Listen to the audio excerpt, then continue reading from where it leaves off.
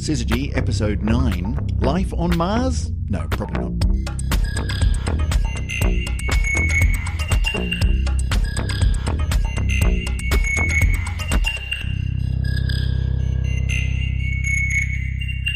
Welcome back for another episode of Syzygy. This is a pretty exciting one because just in the last week or so, I mean, it really is hot off the presses, this one. There's been a big press announcement from NASA about Mars. And whenever NASA says, hey, journalists, heads up, you might want to pay attention to this one. We're going to be talking about a bit of a discovery on Mars.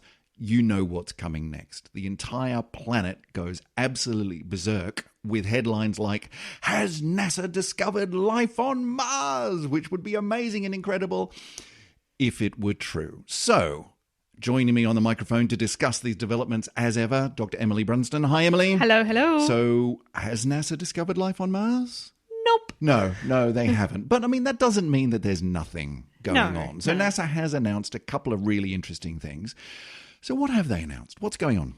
So, well, actually, they've done a really clever thing and they've put two announcements and rolled them up into one. Okay, so that's always a good way to guarantee a nice big press turnout, is to make the news as big as possible. Yes, okay. Yeah. So what have we got? And they're actually, well, two announcements come from the same instrument, a NASA rover on Mars. You probably know it more informally as Curiosity. Curiosity, one of the rovers that just keeps on going. Yeah. It's a little buggy about the size of a car, and it was launched in 2011, and it landed on Mars in 2012, because it takes a while to get there. And it landed, and it's been doing its thing, and its mission was 2 years long.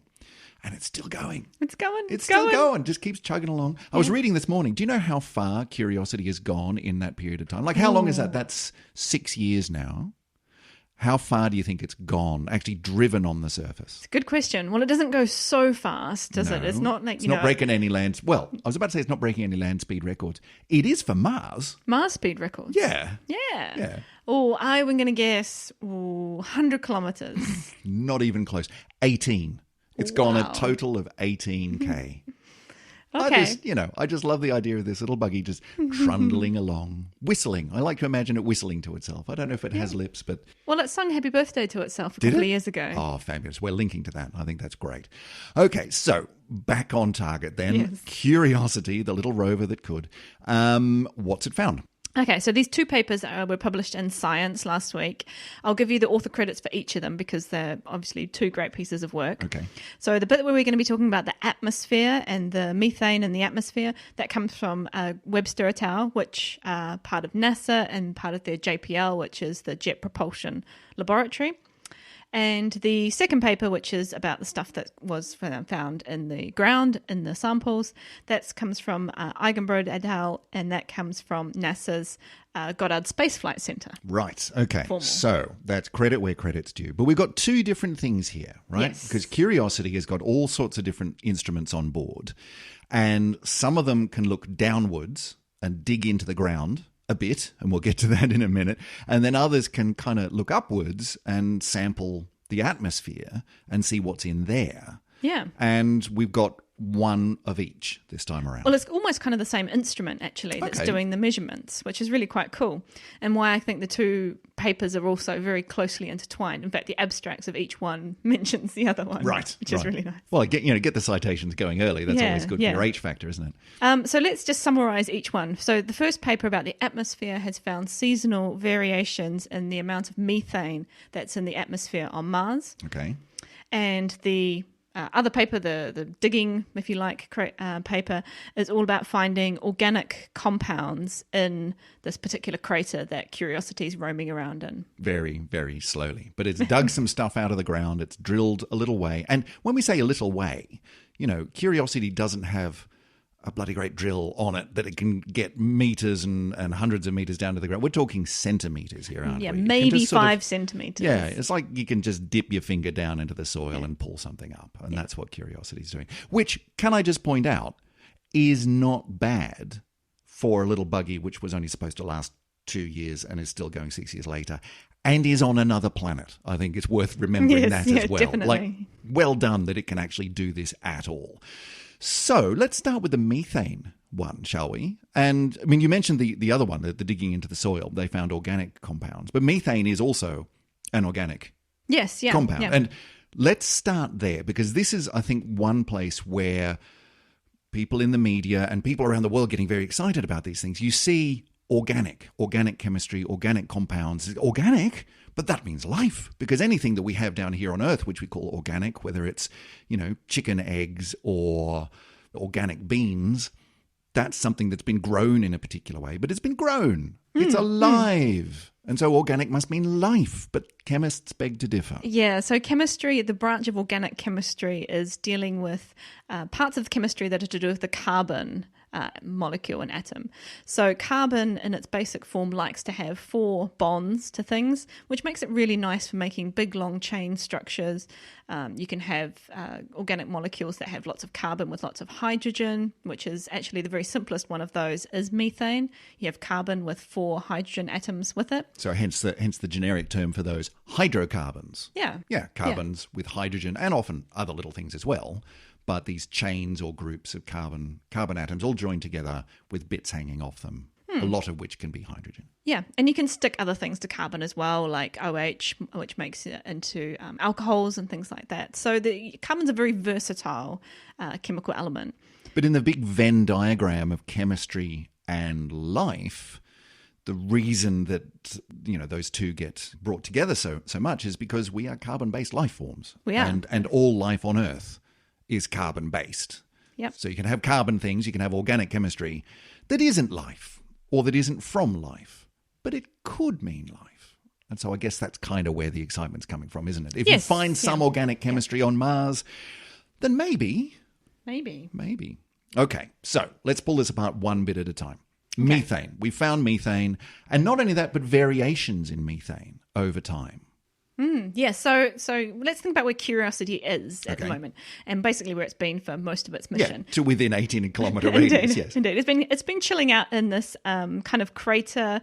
It's called the Gale Crater. It was probably used to be a lake at some point in Mars's past, and we'll talk a little bit about the history of Mars, I think, when we examine how life may have once been there, if not there now.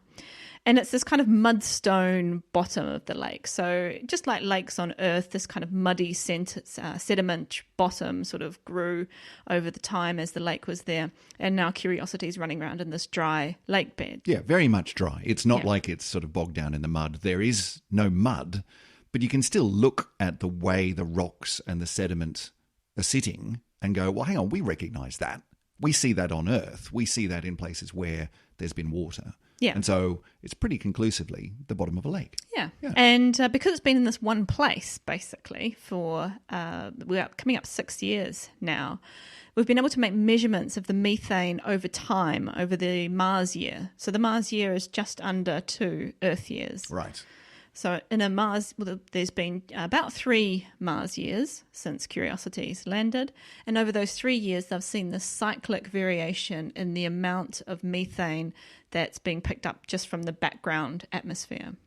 And how cool is that, by the way, that just extraordinarily long mission time that Curiosity's got, well beyond what it was expected to do, has given it the ability to actually see that variation. Because if it had only been there for 1 Martian year, 2 Earth years, it wouldn't have seen the pattern. It would have seen a bit of variation, but it wouldn't have seen a repetition of that over 3 Mars years. So well done again. Yeah, Curiosity. no, it's really awesome. And it's one of the first times we've seen this from the same spot. So we've seen methane before. We've even detected methane in Mars's atmosphere from Earth. But because we're sitting in one place and just waiting to see what the changes are in one place over time, this is the first time we've been able to say for sure that there's been these seasonal variations. Otherwise, you're sort of sampling maybe from one point at the top of Mars and then from the bottom, and you don't really, it's hard to put those results together. You haven't got that kind of resolution if you're looking from Earth. But you do if you're a small rover sitting in the bottom of a lake for very long periods of time. So that seasonal variation, I guess the obvious question is, so what? What does that mean? So methane's a really interesting gas in that it doesn't hang around for very long, especially not in Mars's atmosphere.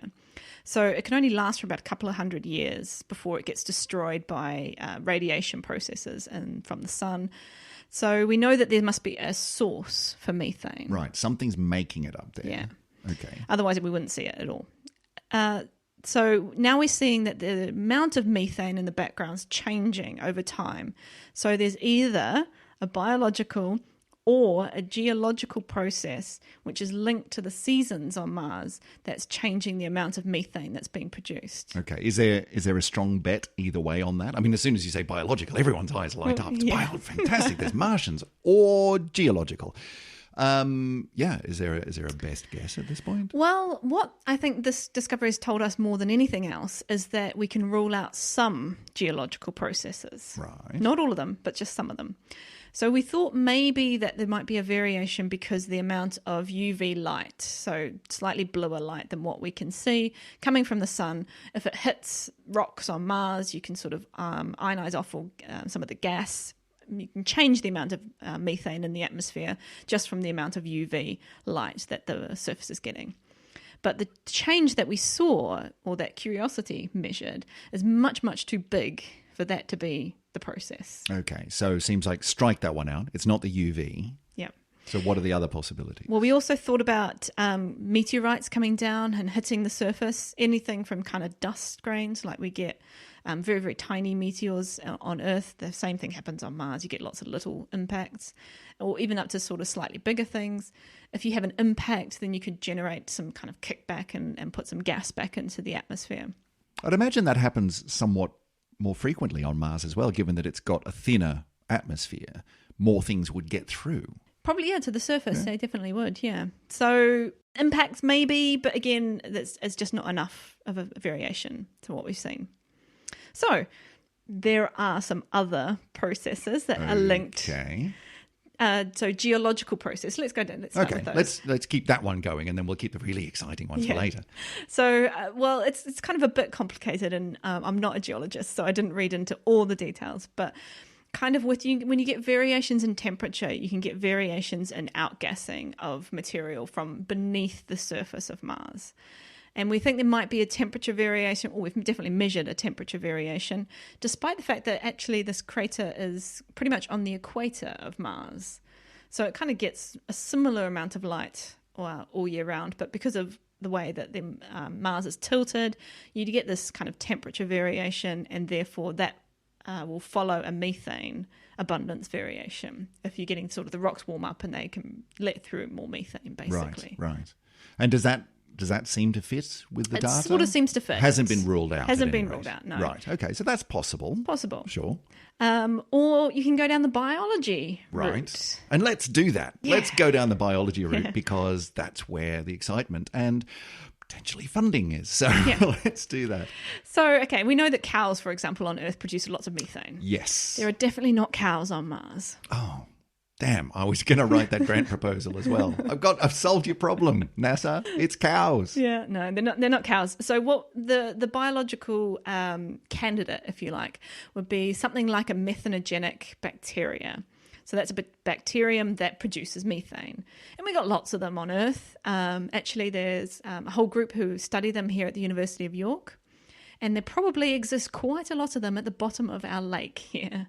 Right, yeah, okay. So it may be that there is, on Mars, very small bacteria which are churning away, doing chemical reactions, the output of which is methane, and that is varying with the seasons. Yeah, so there's some sort of life cycle of the bacteria themselves, which is associated with temperature and seasons, and so they produce more and when it's a bit warmer and vice versa. But very important to point out that this is speculation. Yes, right. Definitely. There definitely. are other explanations exist. Yeah, if it helps to keep your hopes up, then actually most of the methane in Earth's atmosphere is organic or biological in origin. So maybe that means the same for Mars. All right. I mean, this is a heck of a lot better than we've seen nothing that points at all in any direction towards life. This is a much more interesting discovery than that. Okay, so there was a second paper. There was the methane paper, and then there was a second paper, which was about rock samples and finding organic compounds in the rocks. Okay, so what's the content of that paper? Okay, so this is actually using exactly the same instrument, which is quite cool. So what Curiosity does is it picks up a little bit of dust, dirt, whatever you want to call Stuff, it, Martian stuff. off the surface of Mars, and it heats it up until it starts to basically break down and you get the gases coming off. So it's the same instrument, if you like, recording what's going on, except you're heating up a bit of Mars rock to see what's in it. And they found quite a few really interesting things. I might butcher this pronunciation. I'm not a chemist, but they're called thiophenes, which are types of organic molecules that are linked to sulfur, but they have all this kind of carbon base as well. And then there's kind of other bits and pieces, smaller organic molecules like benzene and propane. Yeah, I mean, they've found some of the shorter chains, and they've found some of the rings, haven't they? Because benzene is one of these organic molecules that's actually in a little loop of carbon atoms with bits coming off it and stuff like that. So some of the simpler, but not trivially simple, organic molecules. And there might be that they're just the ones coming off the surface, and actually in the dust itself there's more of the complex long chain molecules. So, yeah. But when your curiosity and you can really just stick just the tip of your finger down into the soil, that's as good as you can do. That's, it's a start. Yeah, and I think this is such an important discovery because before we sort of have found some organic compounds, but they were quite different. They had chlorine with them. Now, and that was from a different part of the crater or lake bed, if you like, that was much, much older. The chemicals that they're finding are in rocks which are billions of years old. So this is not sort of stuff that's been just left behind, organic compounds left behind by something that's crawled across it recently. These are very, very old samples. Yeah, and we know that organic stuff is not really going to survive on the surface of Mars because you've got all this incoming radiation. The atmosphere just doesn't really protect the surface of the planet like Earth's does. Yeah, and that's one of the big surprises, really, isn't it? Is you wouldn't expect these things to have lasted as well as they have under the conditions. So is there an explanation for that? Why does NASA think that these things have lasted so long? Well, part of it might actually be the sulfur. So the sulfur that's with these organic molecules may have acted a little bit like a preserving agent and sort of helped them last as long as they have today. But I guess we need to know a little bit more about those properties of those molecules. we do that here on Earth, don't we? We put sulfur in. I think I was reading in one of the articles that went with this discovery. We put sulfur in things like car tires to make them tougher and last longer. We put sulfur as a preservative in wine? Don't at me. I don't know anything about wine, but that rings a vague bell. So it might be doing a similar sort of thing on Mars, which is kind of cool. Yeah. So actually the presence of that sulfur might be helping us to see these things, which we maybe didn't really kind of expect to see, or at least not in the quantities that we're seeing at the moment. So that's quite exciting. So that's cool. Okay. So NASA held a press conference last week, and the world turned its attention to the offices of nasa.org and listened to them say, we found this stuff. We found methane with cyclic variations in the atmosphere. We found organic compounds of various kinds in the soil in the bottom of this ancient lake bed. And everyone went a little bit nuts in the headlines. But I think actually, looking at it, I don't know what your opinion is. I think the newspapers of the world were actually reasonably restrained. I don't remember seeing any headlines which was, oh my God, life, and they're looking at us and they're going to come invade or anything like that. Like, we didn't have any crazy, well, there was probably a bit, but I didn't see any crazy headlines. I think everyone's been reasonably restrained. Yeah, I think we're kind of used to the idea that Mars is maybe not the best place in the solar system for life. Actually, we are looking for it, but we're looking really hard just because it's a place that we can get to and we can put these rovers on and so on. So it's got a chance of having life, maybe more of a chance of used to having life than maybe now. But I think we as humans are kind of familiar with the concept that Mars is a little bit difficult. It's rough. It's hard work up there. But so what's NASA's angle on this then? They know that they were going to get a lot of coverage for this, and it's a big announcement, but it's not an announcement that says we have found life elsewhere in the universe. So what's their angle? It's kind of saying don't give up on Mars yet. We're able to rule out some things. We're actually able to rule out some geological processes that we thought were responsible for some of these organic compounds and methane. But we've got upcoming missions that are going to be able to do a bit more than what we can do with our current rovers. So, there's a reason why we're doing that, actually. It's because we've got some, good reasons that there might be something interesting under the surface, particularly. Of Mars. I mean, one of the NASA people, I can't remember who it was on the NASA website, said we're looking in the right direction. We're going in the right direction. Let's keep this going. And as I said earlier, if the research had come back and said, no, we've got nothing. We've dug down into the soil a couple of centimeters and all we've got is just dust. There's nothing of interest in here. And this isn't saying that. It's saying there is stuff of interest. It's not little microbes. It's not little critters running around. But it is organic stuff that says, keep looking. Keep looking because you might find stuff. So let's talk for a second then about if we do go up to Mars again, there are missions coming in the future which are going to be able to have a closer look, maybe dig a bit further, maybe take samples of different kinds, maybe test them in different ways. Then what sort of things are they going to be looking for? Is NASA expecting or hoping to find life there now, or is it looking for signs of ancient life? What's the best hope? What's the best guess? That's a really good question, and it's actually pretty similar to an exam question I set my students in planetary sciences. Yeah. Excellent. Well, we'll release this after the exam. That's right. So you can look at life on Mars in kind of two ways. You can either look at it as there was life on Mars in the past, and now it's either dead or pretty much dormant, so we don't see it, or there's life on Mars now, but it's in a very difficult to reach place, like under the ground, very, very deep. Right. And there is evidence for, if not life in a very long time ago, at least conditions that could have supported it. I mean, as we said before, Curiosity is currently sitting in what we're pretty sure is the bottom of an ancient lake. And we're talking ancient as in millions, if not billions of years old. But there's evidence that there was water.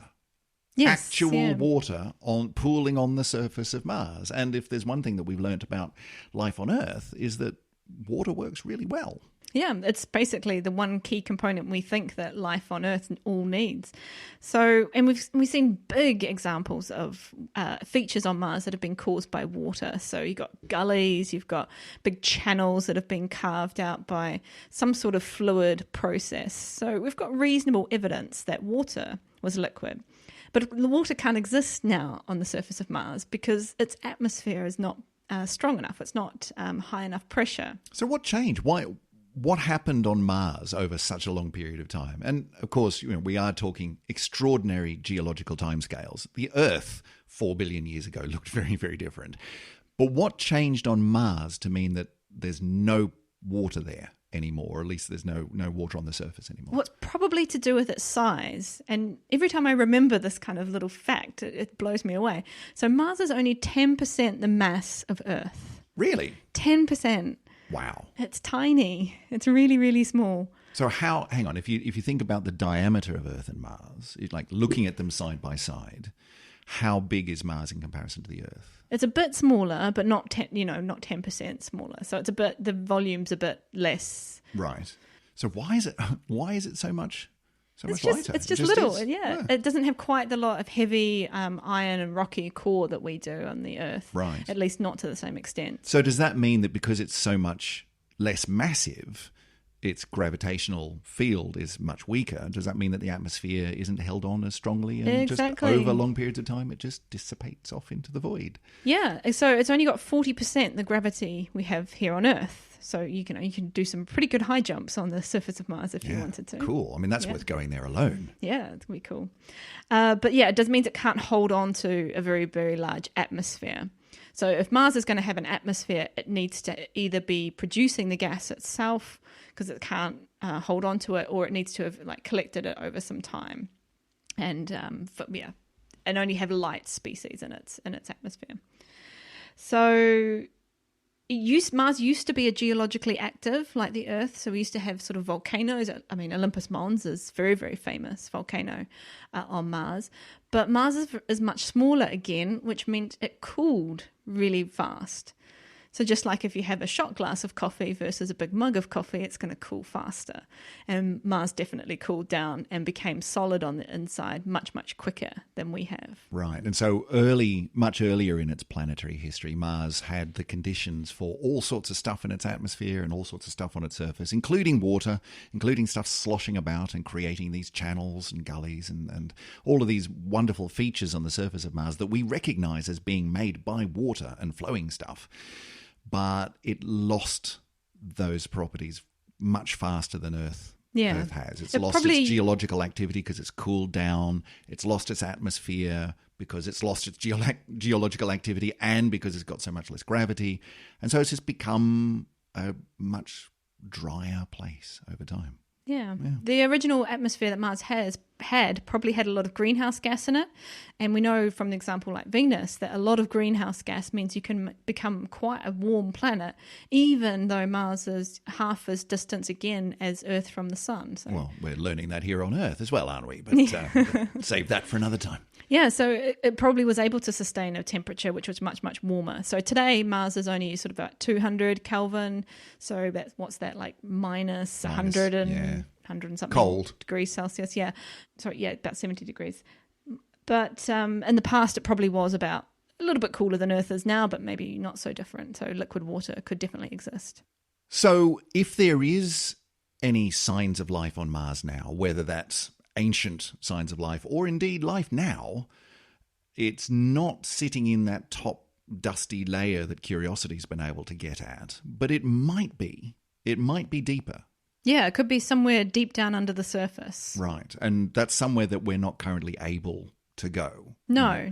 With the best will in the world and the greatest of intent, Curiosity is not going to start digging anytime soon, which means that we're going to need to send other stuff up there. So what is in store for the future for Mars? Well, we've got two really exciting ones that are just on the verge of coming into completion.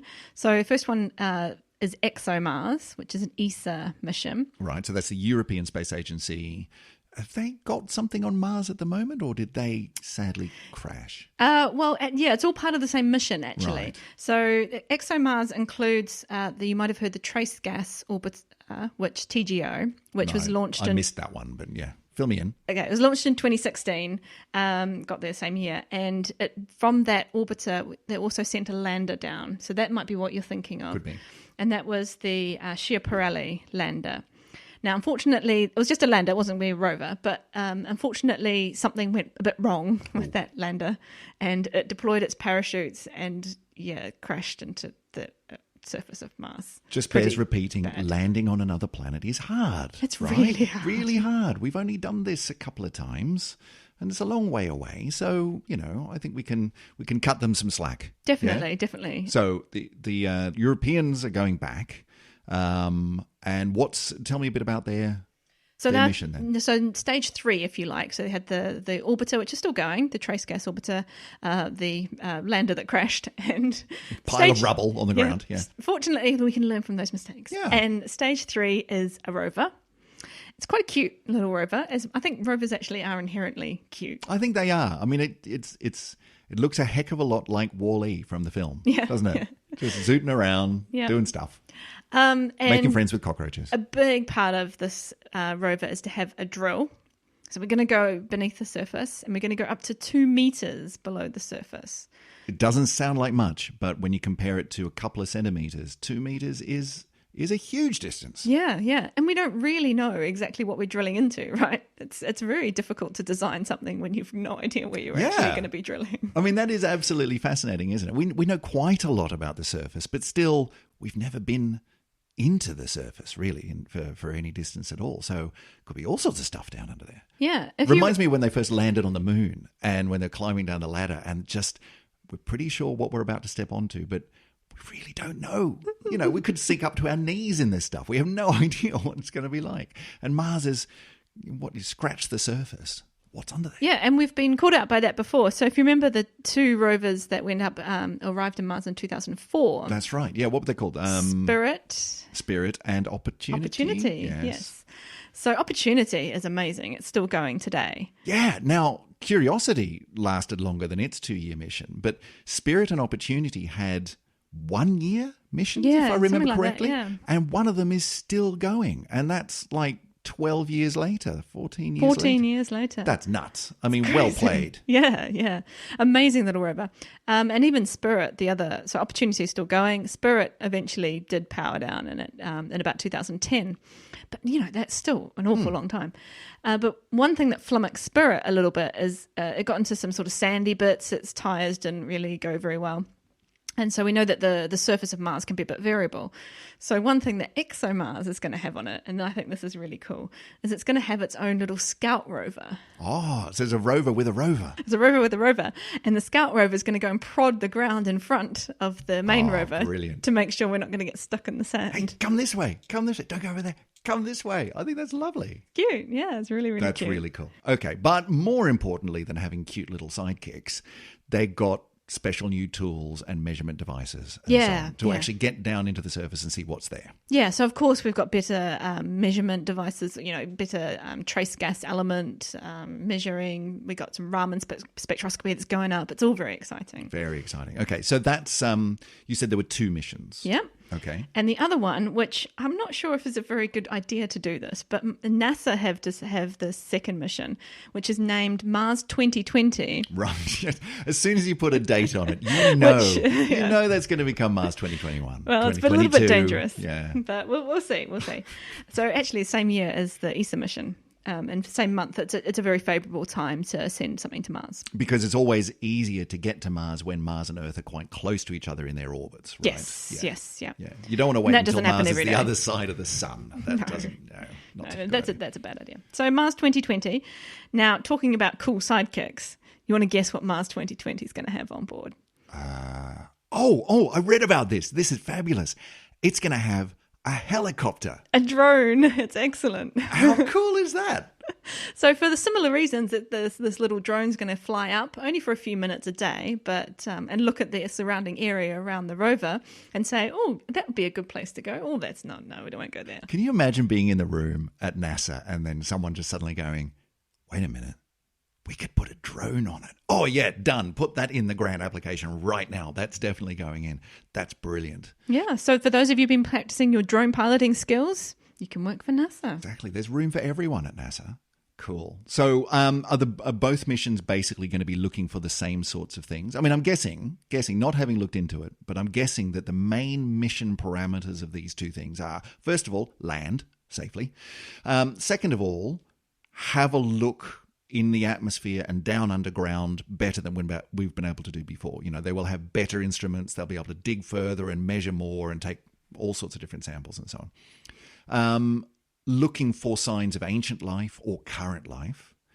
But then I'm guessing also there's a bit of a push towards getting people onto Mars. Yes, yeah. So while ExoMars is very much focused on trying to find life, it is kind of designed to do that. And we don't know for sure what all the instruments are going to be on either of these spacecraft yet. They're still sort of working out the details.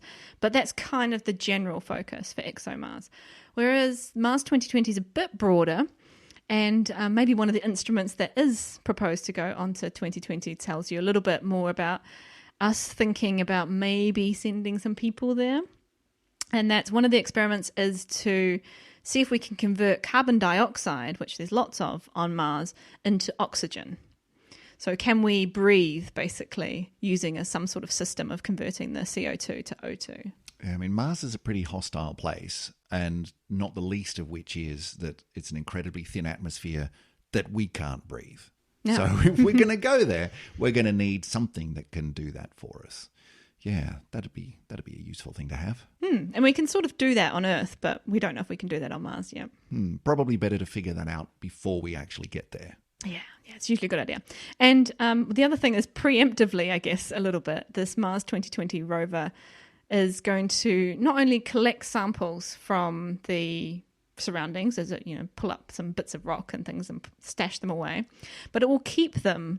So it will hold them on board until one day, maybe, a scientist will come along, find the rover, and pick up the sample. Oh, right. So it's going to. So I'm guessing that it has an ability, like Curiosity does, to sort of grab some samples and cook them up a bit and see what's inside. But you're talking about analyses which here on Earth take entire labs, take room size or building size facilities in order to be able to do something with, which we just can't do yet. But if we start taking the samples, I mean, as you say, maybe a scientist will get there eventually, or I don't know what the possibilities of getting them back to Earth in a future mission, picking them up and pulling them back again. Yeah, so that's something we also need to think about. Just, can we send a robot that will then go and meet up with this rover, grab all its samples and come bring them back? So we haven't found life on Mars yet, but it's still all pretty exciting. I mean, NASA is presenting this very much, and the ESA as well, as we've got so much work to do on Mars. Just keep it going. Keep the faith. Yes. Yeah? Don't give up on Mars. We might have all these other wonderful exoplanets in the galaxy. We might have all these wonderful places in the solar system that we've been talking about that have prospects for life. Don't let us forget about our own backyard. Yes. Mars. Yeah. Let's remember, this one's the easy one. Yeah. Let's get Mars first.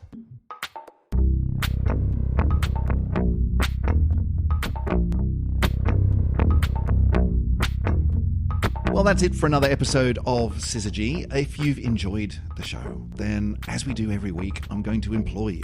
If you've enjoyed it, then right now, go onto your podcast directory of choice and give us a review, give us a rating, give us some stars, ideally 5 out of 5, and ideally a good review, because that really does help us work our way up through the charts so that other people can discover Syzygy and learn about the fabulous stuff that is going on out there in the universe. If you've got a question or a comment or anything you'd like to throw our way, then you can contact us in various ways. Emily, how can people what's the best way for someone to send us something? Wow, you got 2 options. You can contact us on Twitter at SyzygyPod, and thanks to the guys from Scunthorpe who did just that after I spoke there last week. Yeah, shout out to Scunthorpe. I never thought I'd say that, but shout out to Scunthorpe. Well done. Yep, and you can also jump on our website, syzygy.fm, and there's a little web link there. You can write some comments to us, questions, or anything like that. Send it off and we will see it. Yeah, if we get some good questions, we may even feature them in a future episode. Speaking of future episodes, look, we haven't worked out what the topic is yet, but the next episode's a big one because it's our number 10. Talk about milestones. Yeah. They said it'd never last, and we're approaching episode number 10. So stick around for that one coming up in a week or so. The Syzygy podcast is produced by me, Chris Stewart, with the wonderful help of Dr Emily Brunsden, who has also given up her office just for the occasion.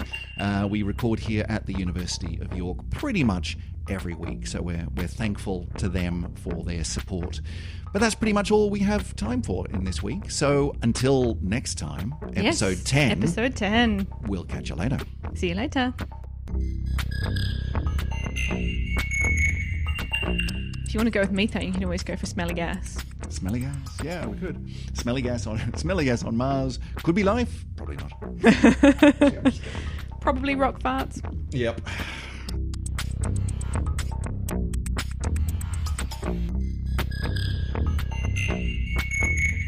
I don't like the geese, except I do quite like the black and white ones that hang out by Derwent.